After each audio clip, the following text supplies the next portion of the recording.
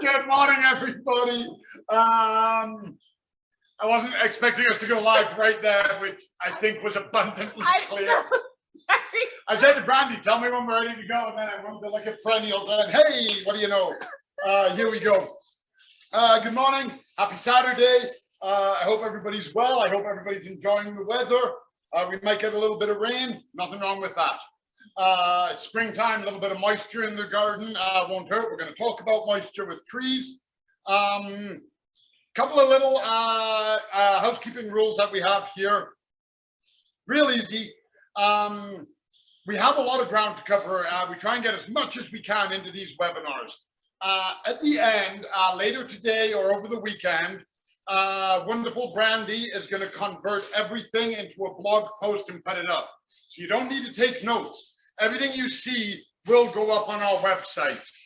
If I'm talking about something and you have a question regarding comprehension, something isn't making sense or you're not following, feel free to interrupt.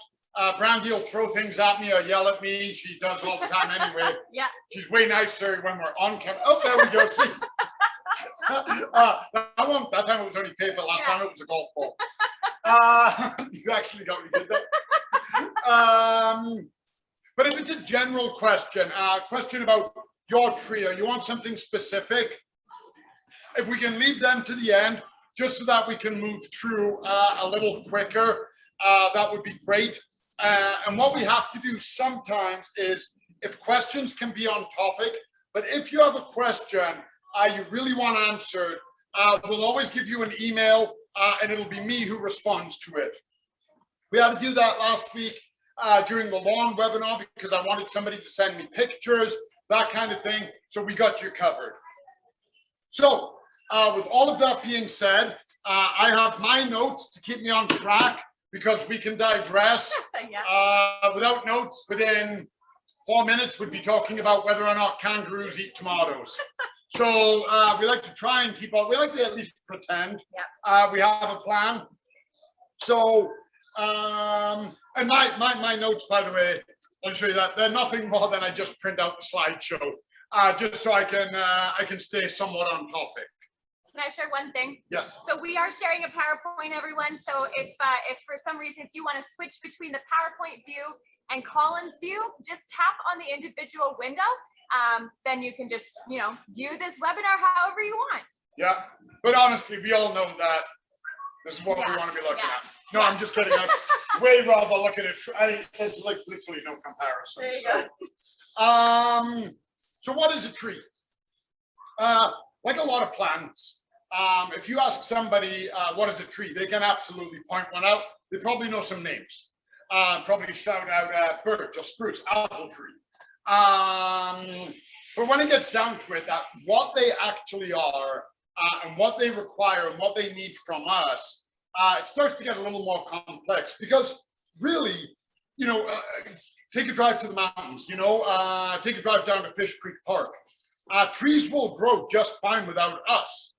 But the trees we're talking about, the ones that we're going to put in our garden, we want them to do a little bit better. We want to give them that edge so that they have that beautiful shape, so that they are suitable. They're not just going to fall over. We want to care for them. You can walk through and a lot of times it's me. I've been in this game for a long time, but I can't help notice that, that tree, like one side of it is dead. It's probably going to fall over, or look at the black knot on that, or the powdery mildew, or the clusters of aphids. And we want to avoid that with our trees. So when we're talking about a tree is a perennial. Now we differ it from the perennials behind me in as such as those perennials, essentially, they're herbaceous, so they don't develop wood. They don't have secondary growth. Secondary growth is just where year after year something increases in diameter. So when you count the rings of a tree that's fallen down, cut down, that explains secondary growth. But other than that, it's much the same. It's a root system, a large stem that supports limbs, branches, leaves, flowers, fruits, that kind of thing. And trees throughout our history, trees have been essential for shelter, for shade, for food, for fuel. you know, a lot of where we've evolved to and gotten to today as a society has been on the back of trees. They are very important. So let's talk, you know, about basically what is a tree, like the elements of a tree. And like every plant, you know, that they all look a little different, but they all essentially have three key elements, and that's root, stem, leaves. Here we broke it down a little bit further. So the roots, we've got lateral roots, we have root hairs and tap roots. Really, it's all one big system. The lateral roots are the ones that branch out. They're the explorer roots. The root hairs are the smaller roots that come off them, and they're the ones that are responsible for pulling up the moisture and the nutrition. And then the tap roots are the roots that anchor the tree to the ground. They're the ones that go deep. They're looking for water, new water sources, nutrients. The lateral roots are doing that as well. And there's some species that aren't really renowned for lateral roots, and there's some that have mainly tap roots, but they all kind of branch off, and we'll talk about drip line and roots further on. The trunk, I think we all know what that is. There's really nothing to it. The trunk is the main support of the tree. It's what keeps the tree alive. It protects the heartwood. It's where the roots pull stuff up to send it to the leaves, the nutrients, the nitrogen, the moisture, the water for photosynthesis, and it's pushing all of that. That all gets conducted through the veins and the capillaries that are inside the trunk. So, and the trunk as well has that thick layer of wood. You ever gone to a tree, you take a twig, you can break it, branches, snap them. Limbs, if you really reef, you might be able to break them off. You're not snapping the trunk. And that's, you know, bad weather, wind or rain or snow, we can move, we can go inside. Something's coming to eat us, we can run away. Run it, but we can try. We can get to our vehicles and drive away. A tree can't do that. The tree has to accept whatever is coming its way. That's why you see those big, massive trunks to be able to hold it up and be able to sustain it. And then you have the crown, which is the fancy way of saying the top part, and that's branches, limbs, and twigs. They're all basically the same kind of thing. Twigs are the part that have the leaves. Branches come off the limbs to support the twigs. You ever drawn the typical tree? Big branch, smaller branches, leaves. That's you've drawn all three of those parts. You have the foliage. Collectively, leaves are known as the foliage. Independently, it's a leaf. The bud and the blossom, that's a flower tree. So this cherry behind me, a hawthorn. Maydays are out right now. Lilacs, that's what we're looking at. Then you've got the fruits, which will be what these flowers turn into with cherries, apples, pears, apricots. And I bet you kangaroos would eat all of those. I don't know, but we'll Google it later. You should ask one. Yeah, Cobb's Farm. Yeah, there you go. Okay, well, wait, we'll just bring offerings of fruits and vegetables and just check that. Tomato, yes. Next week's webinar. Yeah. Like, why are you guys at Cobb's Farm and talking to a kangaroo? So why do we have trees? Everybody talks about them. Everybody knows what they are. You know, the descriptions I just gave, you might not have known the correct terms. You might not have understood how it all worked, but you knew it. Everybody's drawn a tree at some time in their life for whatever reason. I've drawn copious amounts for GA Kids TV or in my education and whatnot, sketching them out for landscape designs, that kind of thing. But we've all drawn a tree, we have that. But why do we have them? What is the point in putting a tree on our property? And there isn't one answer. There's multiple reasons. And there's no right or wrong answer. You know, I might plant a tree. So one thing about me personally is my favorite thing, and so many people, they love growing their food and they love that food sovereignty and herbs. And flowers are my thing. I love my blooms. I love my color. I love the pollinators. It makes me happy. Okay, so I may want a hawthorn tree or a mayday covered in flowers, but I have no interest in the fruits. I don't want to pick them up. I don't have a big enough family to eat them all. You know, I don't have time to harvest, that kind of thing. So I might go for a flower tree. Somebody else may be like, oh, no. For me, it's all about the apples and the harvesting. And I make apple pies and apple crumbles. And now I want to eat some apple pie. with ice cream. With ice cream. So there's no right or wrong answer. But what we can have with any tree is cleaner air. We know trees pull the carbon in, they clean the air, photosynthesis, carbon dioxide in, oxygen out, right? Very easy process. Energy conservation. You may have your house facing south and it just gets blasted by sun. And you're running the AC or it's unbearably, hot. You put a big tree, you get it to grow. Now it's putting shade on the house. Bam, you just saved money doing that. And in the flip side, if you do an evergreen, a spruce like this, that's going to get huge. And you put a windbreak made of spruce. Now the cold isn't hitting your house, so the temperature isn't going to drop as radically. So now you're not paying for the heating bill. Runoff reduction. Those roots that we talked about, those lateral roots and the tap roots, they stabilize the ground. They're going to prevent runoff. That's why a lot of municipalities, a lot of areas will plant trees on embankments because that root network holds the soil in place. So they can prevent washout. So they're amazing to stabilize our ground. The biodiversity, and I'm going to go to an extreme because I think that's the best way to illustrate the point. And I hope you all got your coffee. Yeah. I got mine. Thank you, Brandy.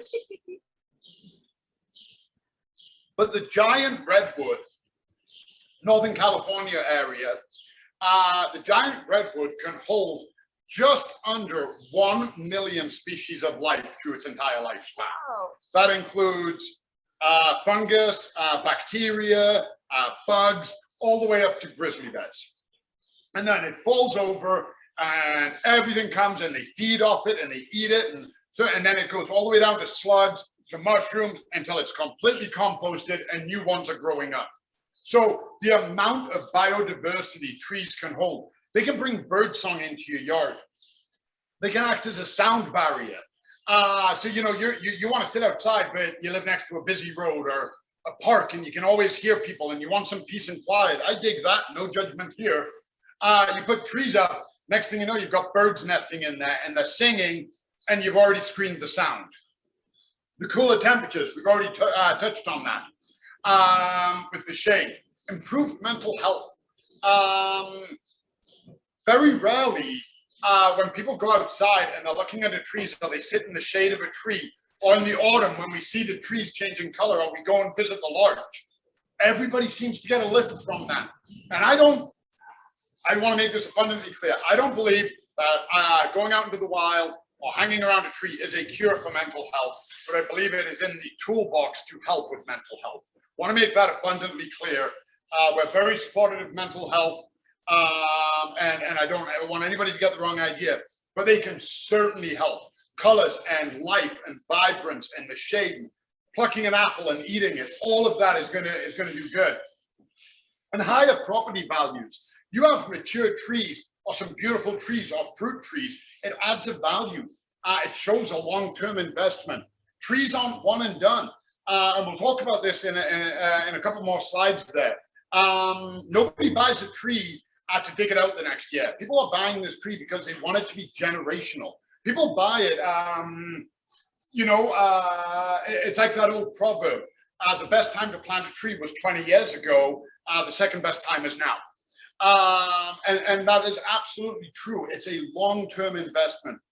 People plant trees for their kids because they know by the time the kid is grown up, the tree will mature. So it really is that. So we'll talk now just really briefly, and we'll cover this more in trees part 2, because right now I want to focus more on how we can help our trees wake up, the best chance we can give them. But it would be remiss of me to not mention this. So if you say, oh, well, you know what, I want a tree, I want another tree, I've always needed a tree, whatever it might be, how do you select the right tree?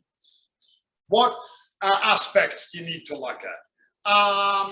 First and foremost, the aesthetic. You're going to be looking at this for a long time. We just touched on that. You're going to want to enjoy it. Don't buy a tree because you think you might like it. I would strongly advise waiting, researching, finding the one that you want, and get, if you buy marigolds from the annual department, you plant them and you're like, oh, you know what? I don't really like orange. All right, well, at the end of the year, you don't buy marigolds again. Next year, go with something else, go with geraniums. There's options. You're only committed for literally one season. Trees are a little different. Perennials, even a perennial, not ideal, but you can transplant it, you can dig it out, you can gift it to somebody. You have a tree and 7 years later, you're like, no, you know what? That's not the one I like. You got a bit of a problem. You got to move before you get a new tree. But it's added value to your property. Yeah. Oh, there you go. So, and think about the purpose. Why are you putting it in? Where are you putting it? Where are you looking to do it? Do you want it to attract birds? Do you want it as a sound barrier? Do you want it for food? Do you want it for flowers? Think about the overall purpose of why the tree is there, because aesthetically, you may like the cherry tree, but you need winter privacy, so you got to go with a spruce. Okay, so purpose and aesthetics have to go hand in hand, and all of this is attainable. You just have to check what's most important to you. Some people are like, oh, there is no purpose. Purpose is purely aesthetic. Well, there you go. You've answered that in one. Look for the space. We see that a lot. People come in, they'll tell me the dimensions of their yard and go, I want this tree. And I'm like, I'm telling you right now, it is not going to work. In 10 years, you are massively going to regret having that tree. And we guide them to a different tree. So maybe they go with a columnar, maybe they go with a weeping, maybe they go with a ton of shrubs instead. You know, we really have to change tack. But always be very aware of that. Planting it too close to your house and it's going to hit your soffits or your overhead lines. You plant it, it grows. Now suddenly you've shaded out your vegetable garden, so now your tomatoes are going to struggle. So really think about all of that, and that's where the exposure comes in as well. Is it going to be blasted by winter winds and ice and cold, and it's going to nip your buds, and every year you've got to prune it back and it never really develops? Again, you might have to go to the spruce or the larch. Something like that. You might love junipers, but it might not be a great area for them. So when I say exposure, it's exposure to all of the elements. Consider outdoor living. Do you want a tree for the shade? Great. Make sure you plan ahead of time. But also consider trees they can drop litter, leaves, branches in the fall. Do you want that all over your deck? Do you want to have to clean it up? And maybe you go, oh yeah, that's right. Okay, I have enough time to clean it up. I'm okay with that. So consider how you enjoy your garden. I know some people who are like, I enjoy my garden just by looking at it. My mom loves the garden. She's not a huge fan of bugs. She doesn't really like to be in the garden, but she loves to look at the garden. So my mom's not going to care where you put the tree as long as she can see it out of her big bay window. Other people are like, well, I spend every moment outside. So that is my consideration. And then this ties into kind of everything I said. Keep all 4 seasons in mind. Do you want to block wind? Do you want winter privacy? How's it going to look in the autumn? Do you get good foliage? Are you harvesting? Is it going to be able to handle the winter elements in the area you're putting it? Because it can probably live, but is it ever really going to thrive in an exposed area? And again, think long term. Okay? Don't look at this tree and go, oh my God, this would look amazing in my front perennial bed. Look at it and put it in. And then we look at the tag and go, oh, it gets 20 feet tall by 10 feet wide. Probably shouldn't have put that in my perennial bed because now I have no more perennial bed. I have a white spruce bed. So always look at that. And then we'll touch quickly on the 2 key differences of trees. And that is a deciduous and a conifer. Okay? And the conifer, the needles of a conifer are the leaves. Okay, I pull off a needle, I pull off a leaf, same thing, same purpose. Okay, this one keeps its needles year round. They're not a broad one, so they're better. That's why, you know, if you've got time to kill, go for it. If you take 2 trees comparable size and count all the needles and count all the leaves, you're going to get more needles than leaves. Okay, and you know what? I'm just going to tell you something. That's what I was told. I've never actually counted. And conifer simply means cone bearing. So when we talk coniferous, we're talking evergreens, and that's our spruce, our pine, our juniper. And then we have deciduous. So the leaf, like we just talked about, tends to be a broader leaf. It might be narrow, or you might have a big maple. If anybody's been to BC, there's maple leaves that are bigger than my head. It's wild. It sheds its leaves in the autumn. So we all know what that is. We all have to go out and break them up, and maybe our neighbor's leaves blow onto our property. We've all been there. And these are flowering, fruit bearing. These are cone bearing. So that's the primary difference. And understanding that and knowing what you're looking at with that can go a long way into selecting the right tree. And I just included a slide on this because we get asked about it fairly frequently, is the larch. The larch is the one that if you're in Calgary around September, you're driving up to the mountains because you want to see the yellow. That's this guy right here. They are great for our climate. They can handle the north, no problem.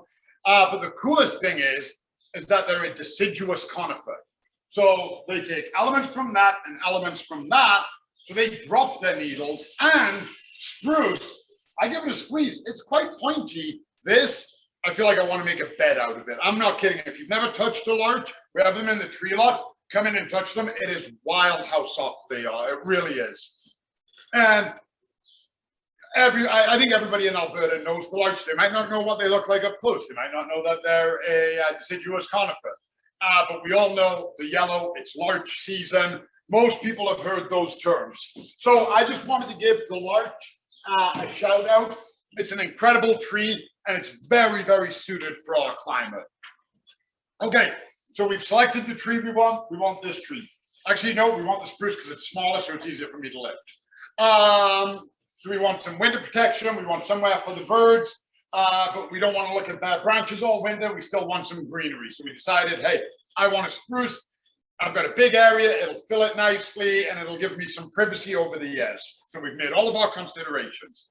So what we're going to do here is take our shovel, and I always like to use nice pointy long-handed shovel. Use a shorter one if you want. Best thing you can do to start is measure your root ball. Okay, so I know where my soil level is in there is a little higher than that, so that tells me my depth. Okay, I can see what that is, but I'm still going to put my blade on the tree and measure. Okay, so my pot is about from there, maybe to the barcode, tip to the barcode. So I'm going to dig my hole this wide from center. Okay, so I dig that, I make sure the soil is all loose at the bottom, but firm, because when I plant my tree, I want the soil in here to be level with my ground. Okay, I remove it from the pot. I'm not going to do that, but you gently just take it out of the pot. And maybe you've noticed, maybe you haven't. Whenever I'm lifting trees, I'm lifting from the pot. Don't lift from the stem. You can damage the crown and damage the roots. Always try and support by the root system. Always pick it up as one and try and keep it vertical. If you are planting a tree, and we'll talk more about this in the second one, I strongly recommend this, totally optional. This is incredible for the roots. It's called Mike. You rub that on your roots, then you take your tree, you put it in the hole, you take your amended soil, we're going to get to that in 1 second, you backfill firm. I was looking up images to use for this, and I saw 3 that said firm with your heel. Do not firm with your heel. I don't recommend it. I've been planting trees longer than I care to admit and more than I could even remember. I have never once used my heel. The reason I don't is because if I miss and I do that, I can kick off a chunk of roots. I can start tearing roots and I can damage. Fill your hole to here, firm it down. Here, firm it down. And firm as you go in levels. You want the soil firm but not compacted. You want it to be able to hold the tree. You may need a tree stake, but you don't want it so compacted that the roots can't get into it. And then water as needed. So that's basically the skinny on planting. We have a how-to on planting on our homepage, and we will talk more about that. So what are we looking at now? Springtime, love it. Sure, you guys do too. I hope everybody does. Summer is my favorite season, but spring is almost neck and neck. I love the warmth. I love it. I like sitting out. I like the rain because I know it's good for my garden, but I don't like the rain because I want to sit outside. The other day I was walking on Nose Hill in the rain. I'm from England, Northern England, and my dog's part border collie. So the rain doesn't bother us, but it's not really comfortable to sit outside or lie in a hammock. So how are our trees waking up? Okay, they're waking up. They've gone through the winter, and now things are happening. And how are they doing it? And primarily it's the lengthened photo period, which means more light. That's literally all it means. The days get longer, so there's more light, which in turn is bringing the warmth, which is melting the ground. So the tree's being frozen, there's been snow on it, those roots have been encased in ice. All of that is melting now. That moisture, the roots are pulling it up and they're pushing it up to the leaves for photosynthesis. The buds have got their case on it, and the leaves are like, oh, it's time to break my bud, and it's called bud break, literally, and they want to open so they can start processing that water into photosynthesis. So what's happening, if you've ever been out east and gone to a maple farm, the maple syrup is running because that's sap. Maple sap, we reduce it, we get maple syrup, it's delicious. I used to work gathering maple syrup. It is amazing. Did you really? Yeah, we used to walk through and dump it all, and then we'd boil it all down, and then we'd make pancakes, and we'd literally pour it straight out of the oven or the boiler onto our pancakes. Oh my goodness. Yeah, ridiculously good. The bud break we already talked about. The abundance of water, light, and warmth is what's going to give us that strong active growth. The tree's been dormant. Have you ever been really tired and just kind of like, oh, I got nothing, and then you have a shower and you get warm again, like in the winter, you're cold, you come in, you're like, I'm tired, and then you have a coffee and a shower, and suddenly you're like, oh, I'm ready to go. Same as the tree. That's what we're doing. The tree's like, oh yeah, okay, now is my time. Those leaves are exploding, the photosynthesis is happening, the sap's running, and everything is hungry for those nutrients. So that's how it's breaking dormancy, but how can we help? Okay, so we look at our trees. Again, I'll relate it to us. Somebody comes in and they're like, wake up. And I wake up and they leave. Okay, well, I'm awake, thanks for your help.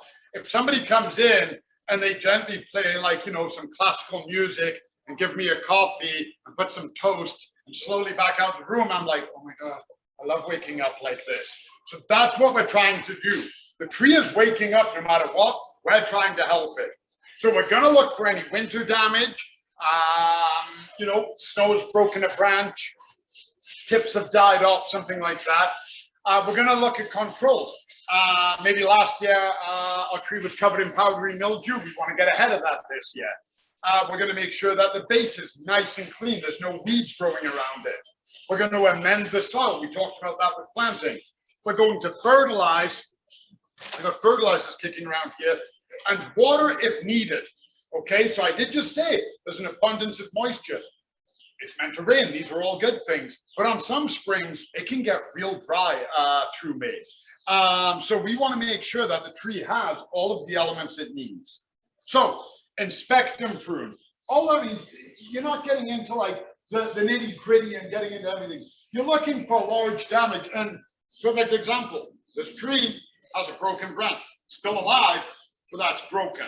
Okay, so we got options. We can leave it and just be like, okay, well, it's alive, so it should be fine. The problem is disease can get into there, and we want to make sure that when we're doing it, we're taking care of the 5 Ds: dead, diseased, damaged, dangerous, and desirable. We'll touch on all of them for a second. I take my pruners, come in, I look, and I go, you know what, that's a good one. That's it. Nice clean cut.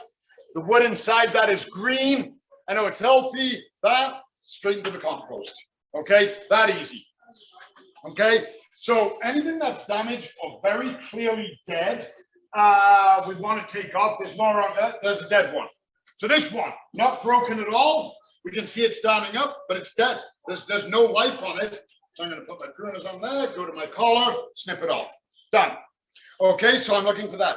Anything that's diseased that I can't cure, black knot, something like that, I'm going to try and clean that off. If it's completely covered my tree and I'm going to kill my tree, I might let it ride out, but I'm looking for that. Dangerous. You may need help for this. Dangerous is a branch. Maybe it's at eye level on your path. No problem. We're going to snip that off. Nobody's going to lose an eye. But it might also be a big branch overhanging your garage, your driveway, your house. If that is the case, please, please, please get professional help. I have seen way too many people doing risky things and heard way too many horror stories. worst case scenario, and I've heard of this in the trade, somebody's up a tree using a chainsaw to take a branch, and I'm talking like a limb coming off a tree because it's overhanging their house. They're taking it off, the branch collapses because they haven't cut it properly, rips a chunk out of the tree. Now the tree's unbalanced, it throws them out of the tree with the chainsaw, and it hit their house. So literally everything you're trying to avoid just happened by you cutting the branch. If you hadn't cut it, the most it would have done is hit your house. It did it anyway. Ask a professional to help. I cannot stress that enough. Again, eye level, are you worried about scratching or your car drags down it? Clean that up yourself. The bigger ones, anything you got to climb, anything you need a chainsaw for, doesn't hurt to ask for help. Desirable simply means I'm cutting to shape. So I look at this, I mean, this is a nice looking tree. I don't really see anything I want to take off, but I'm going to take something off because we're talking about it. So this cluster of branches in here are growing very, very tight together. And this one is now growing into the tree. So what I'm going to do is I'm just going to come in with my pruners and I nipped it off. And I've nipped it off so that the next growth is going to come out this way. And I also get to give my mom flowers for Mother's Day. Yes, I did. Brandy, flowers. I get to give Brandy some flowers. But desirable is pruning for shape. It's making the tree look like the way you want it to. So that's why we pruned that. And the correct pruning methods, so I didn't have a big enough branch to do a jump cut. And a jump cut is what you do when you're taking off one of those dangerous limbs.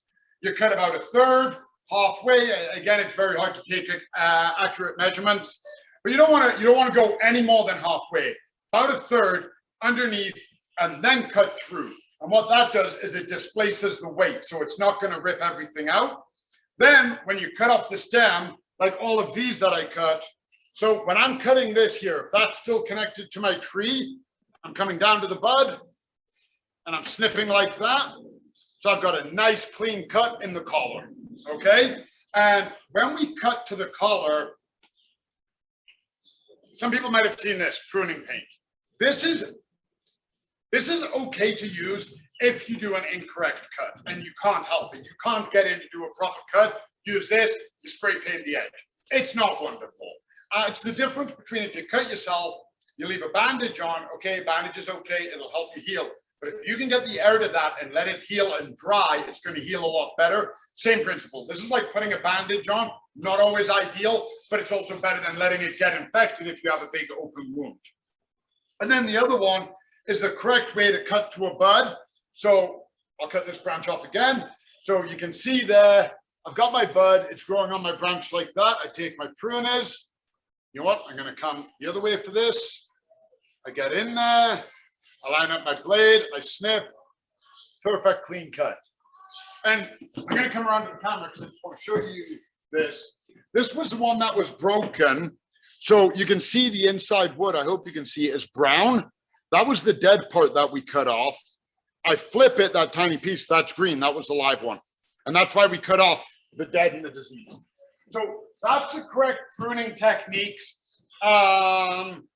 You know, it's really, people seem to think, oh, pruning is some big mystery. It really isn't. Okay, I gotta move on. Applying controls.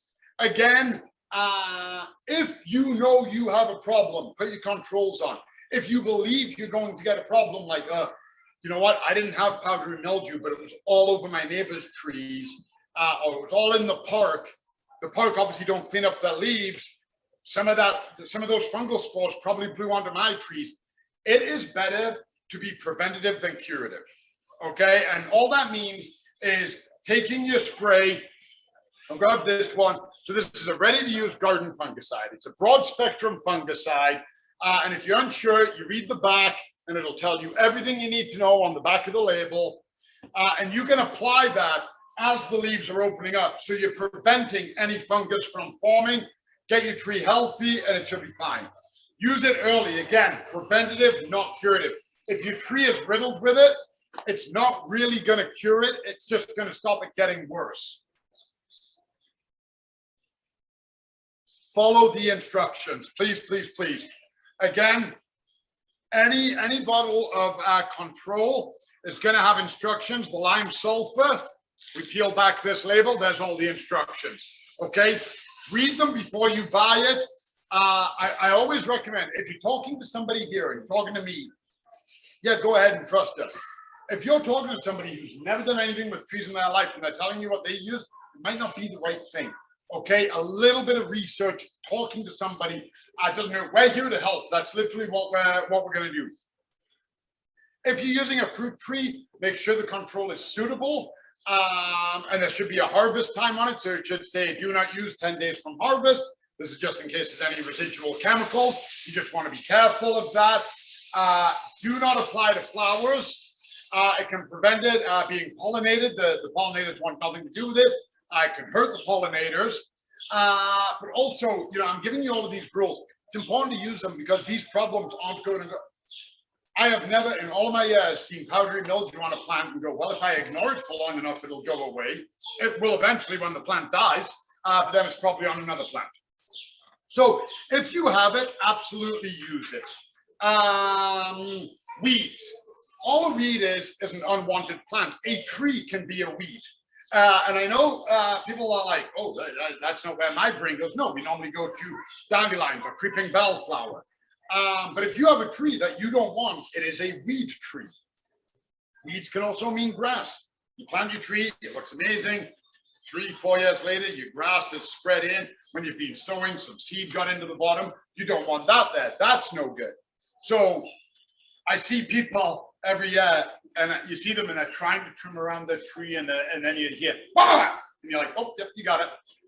You keep hitting that, you're going to weaken the bark. You're weakening the bark very close to the ground where moisture can build up and bugs can get in. And you see a lot of trees die that way. If you want lawn up to your tree, I recommend putting a plastic wrap around it, piece of French drain. That way you can trim, you can keep it safe.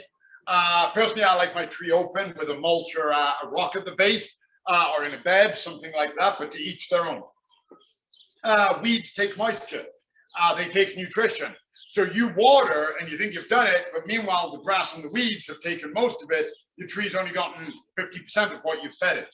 So you really want to be careful of that. Hand remove only. I know it sucks. Get a weeder, get a trowel. The reason I recommend these is you don't want to damage the tree roots. So you're trying to feel it, pull your weed out.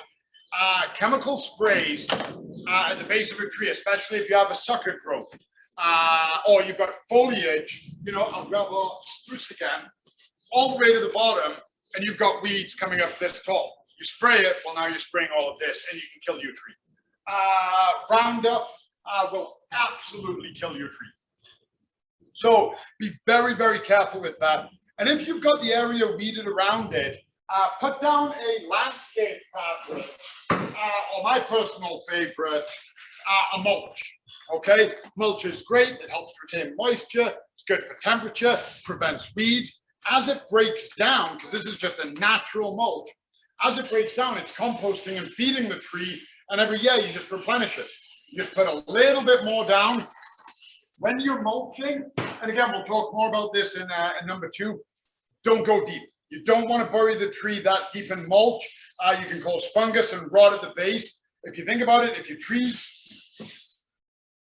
in the bed like this, you want your mulch to mound out so that water gets in here, but it doesn't sit up to here. So you want your mulch to come like that. You don't want to go heavy and high up the stem with your mulching, and it's great for getting down weeds. So amending the soil. Amending the soil, very simply, is putting nutrition and organic matter back into the soil. If you have a high production tree, cherries, apples, apricots, things like that, it requires an awful lot of water and sunlight to produce that. And it also requires a lot of nutrients. They are going to deplete the soil. They're going to pull it all up, which we want them to do. It's doing its job. Yay, be greedy. The more it pulls up, the more moisture, the more bountiful harvest, the more juicy cherries we're going to get. So we want to see that. However, what that means is the next year for the growing, that soil is depleted. There isn't enough energy to get it up. And I've said this in a lot of my webinars and in person. If I had to choose, between fertilizer and amendment, I'll take amendment every day of the week. There is never a time I will take fertilizer. And I'm talking about outdoor plants, different for house plants. Got to make that proviso. It's very, very hard to amend like a 6-inch pot with a spider plant. You got your little your little dinner fork. You know, oh, I need an 1/8 of a cup. So you can't do it. But for the house plants, and a lot of house plants, they're not high production. A lot of them are grown for foliage. But some of them are. I mean, African violets is a good example. But okay, let's get back on track. Right. This isn't a house plant anymore. African violet, maybe a cyclamen. All right, let's talk about orchids. What do you guys want to know about? You know, orchids do grow on the side of the trees naturally, though. Oh yeah. See how I looped it right back into Segue. trees? Bam, we're back. So when you cultivate, this is my favorite type of cultivator. I like it. I can get weeds. I can get deep. I can really turn open soil, vegetable plots and whatnot. But when I'm using this in a tree, I am not trying to get in and deep. I'm going to let that's enough. If I can work it in, I will. The moment I feel tension, I'm stopping. That can be a root. I do not want to rip that root system. The amendments are amazing. They're going to add a ton of stuff, but not at the expense of doing damage to my plant. It's not worth it. So I'm going to put it in, and I'm going to replenish all of my essential organic material. And it doesn't matter what you use. I've got a list there. You do not have to use all of them. You should use some of them. Some of my favorites are the rock dust. I like this because it helps replace minerals. We have a volcanic one as well. I got the first one we were running, as we always do at this time of year. Worm castings are amazing. We all know worms are a gardener's friend. This gives you all of the benefit of them other than the aeration under the soil without having to deal with the worms. Coir is another great one, basically a peat moss supplement. But you can't go wrong adding healthy, organic, good material back. You're going to loosen up the roots. You're going to help with moisture retention. You're going to add that essentials that the tree needs because it's pulling it out. And we don't want to see the soil depleted. We want a healthy soil. So amending, but again, just be careful. I see it every year. I drive past and I can't help myself but look at people gardening. And I see them at the base of the tree and they're like, it's stuck. And I'm like, oh my God, put your foot under and give it a kick, lift it out. And you can even hear sometimes people do it, and it sounds like ripping a comb tree. Have you ever brushed your hair and you hit that tangle? You got two options. You can either pull the comb out, condition or something, or you can be like, oh. One hurts a lot more than the other. That's all I'm saying. And it doesn't matter what conditioner or hair product you're putting in, it's not going to repair the damage you did by ripping a comb through. Same principle for the roots. Just picture that. Fertilize. Start a fertilizer program. So I said if I had to pick between fertilizer and amendments, I'm picking amendments. I don't have to pick. I do both. Fertilizer is the big. If you think of amendments as your 3 meals a day, you know, your meat and potatoes. That's what the amendments are. That's the sustenance. It will keep you alive. It will make sure you are healthy. The fertilizer are the supplements. They're the servings of fruit and vegetables. I'm really busy, my diet isn't great, I'm going to take some calcium or some B12 or some omegas. That's the fertilizer. The fertilizer takes it next level. So that's why I do both, can't ask for better. And any of these are going to work. I just grabbed a few, and there's even organic ones. I know that's very important to people, especially when they're growing food trees. So there's an organic fertilizer. You can see the vast majority of them have a bigger number, 622, 288, 18612. Okay, so the first number is nitrogen, above ground leafy growth. It's pretty much what a tree is above ground leafy growth. And it's going to promote that new growth. It's going to promote a strong exploratory root system. And it's also going to make sure you don't drop your flowers and your fruit is able to develop and bolster the new growth. And the thing is, having a strong, healthy tree is actually less work for you in the long run. If the branches and the twigs and the leaves are developing properly, they're going to be able to fight drought and disease. We got another broken one here. There we go. They're going to be able to fight all of those conditions better. They get an insect infestation. They're more able to fight it off until you, the cavalry, arrive with your ladybirds or your trounce or something like that to help it out. You're not like, oh my God, look at how much my tree is weakened because it was strong. And then watering. And this wraps us up, and then there will be time for questions. No matter what, we always make time for questions. So I said earlier, the ground moisture should be sufficient, and it should be. However, we can't guarantee that. It's not a hard and fast rule. Every year is different. Excuse me. My throat gets very dry when I do these because I have to project my voice. I hope nobody thinks I'm yelling at them. I'm not yelling at you, I promise. Check each tree. As always, with planters and raised planters, people, I'll see them go out and they'll check one and they'll be like, oh, it's fine. They're not all in the same conditions. Some are more exposed to sun and wind. Some are in shade. Some have got a huge canopy that no water or snow really got beneath it, so they don't have the same water.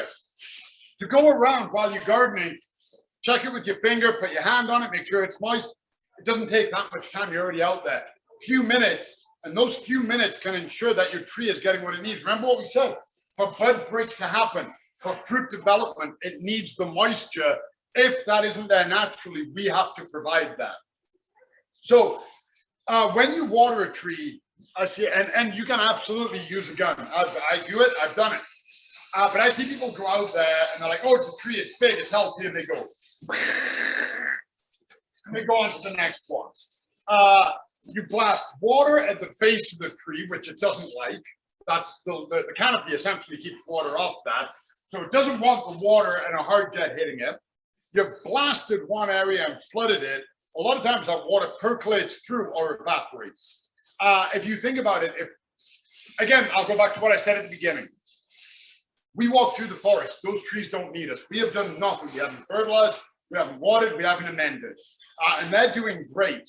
And that's because when it rains, yeah, we do get violent storms, of course. But for the most part, when it rains, it's a few hours. There's no sun because there's clouds over it. And you get that, all day or few hours of saturation. And the ground just soaks it up and holds it. That's what we're looking to do. That's where things like soaker hoses come in, or sprinklers. Okay, put this on nice and gentle. You're not trying to do everything, and you just let it feed that whole area under the drip line, working your way back, and the tree will love you for that, as opposed to just flooding it and walking away. Be wary of overwatering, and this isn't like a planter or a house plant. There is more than sufficient drainage in your ground. The water will run out. Problem is, those roots now, you haven't told them that they need to go look for anything. You're like, oh, anytime you need a drink, you didn't even ask for a drink. I gave you a drink. The roots are like, this is awesome. However, then you get a windstorm and the tree falls over because the roots haven't anchored it. You want a tree. You plant this, you water it every day for 2 weeks. Then you're going to water it every third day for 2 weeks. Then you're going to let this tree tell you when it needs a drink. When you see the leaves are like this, and a half leaf, I'm photosynthesizing in the sun, oh, I've got no water. And when you see it drooping and curling up, it needs a drink. Give it a drink, it'll perk right back up. During that time, the roots have spent the sugar from photosynthesis going, we need to find water, and they've gone deeper into the ground to look for the water. So let the tree tell you. And again, copy Mother Nature, and this is better shown in a picture, which is the last slide. Go to the drip line. I see people watering mature or semi-mature trees right at the base. The roots to drink the water aren't there. Again, remember what we said at the beginning, the lateral roots and the root heads, they're branching out looking for new water. When it rains, the canopy stops a lot of water from getting to the ground. Has it ever rained and you've stood under a tree to protect yourself from the rain? That should tell you where the roots are. And again, it's one of those things that when you tell people it, they get that aha moment. We're all guilty of it. Happens to me where somebody points out something and you're like, that was massively obvious and it never occurred to me. And you get that eureka moment. Well, yeah, you don't see under the ground. Yeah. And oh no, it's raining. Look, there's a tree. Don't go under a tree during a lightning storm. I'm not even making a joke there. I'm being serious. Get wet. Stay away. Let the tree take the lightning. You don't need to be under a tree in a lightning storm. But in a rainstorm, you go stand under a tree. You're like, yeah, you get drops, but it's not raining heavy because the canopy is protecting it. You go to the drip line, that ground is soaked. So that's where the tree is pulling the water from. So when you do your soaker hose or when you do your sprinkler, make sure that whole area is slow and saturated. Ton of ground to cover. I know I went through some things pretty fast. Again, Brandy will have the video posted. We'll have a blog post. There'll be links to any and all the products. You can check them out and everything will be there for you. And of course, as I promised, there is definitely time for questions if we have any. Yeah, I should say questions and answers. There's time for questions. Yeah. People ask questions, I'm like, good question. Yeah. Next. Well, our first question comes from Carolyn, who's asking, when is the best time to fertilize trees? Now or later in the year? Maybe all the time? Great question. Really good. It's one of those ones. Right now is the best time to start your fertilizer program. And I call it a fertilizer program. Like I said with controls, if you look at the back of any fertilizer product, it's going to give you direction. Okay? Doesn't matter which one, even this one, it's going to tell you. You want to start when the tree is actively growing. So right now, bud break is happening, active growth. Fertilize according. Some may say do it every week. Some may say every 2 weeks. If it says, use a quarter cup per tree, and you go, oh, if a quarter cup is good, a half cup must be better. Not true. Use a quarter cup. Okay? Less is more when it comes to fertilizer. Doctor tells you to take 10 milligrams of penicillin. You don't go, if 10's good, 20's better. You take 10 and you get better. Same thing with this. Follow the directions. These guys have spent over the years billions in research and development on all of their products. They're not trying to damage your plants. They want your plants to live so that you keep using their fertilizers. So follow the directions, start immediately. What I always like to do, if it's a weekly one, I'll do it on a Saturday, and then I know every Saturday I fertilize. That kind of thing. If it's bi-weekly, I'll go, okay, every second Saturday. Saturday isn't your jam, Sunday or Monday night. But set something up that you know you're pretty much going to be able to do. Go right through the season till the end of August. We don't want to encourage a ton of new growth going into the winter for frost. But great question, because I blew through that. That's exactly when you want to do your fertilizer. Good news. Debbie has a question. How often and at what time of year can trees be pruned? That's a good question too. So when you're pruning for dead, diseased, and damaged, you got to prune. Having a broken branch like we saw on this one, I need to take that off. What can end up happening? Bugs can get in, disease can get in. It can rip even further down and do more damage down here. So I have to take care of those. Dangerous, again, it's something you have to take care of. You're like, that's going to hit somebody, somebody's going to take an eye out. Desirable is when we consider timing. And it really depends on the tree. If you have one, like a cherry tree, that it blooms in the spring and produces fruits, you want to do it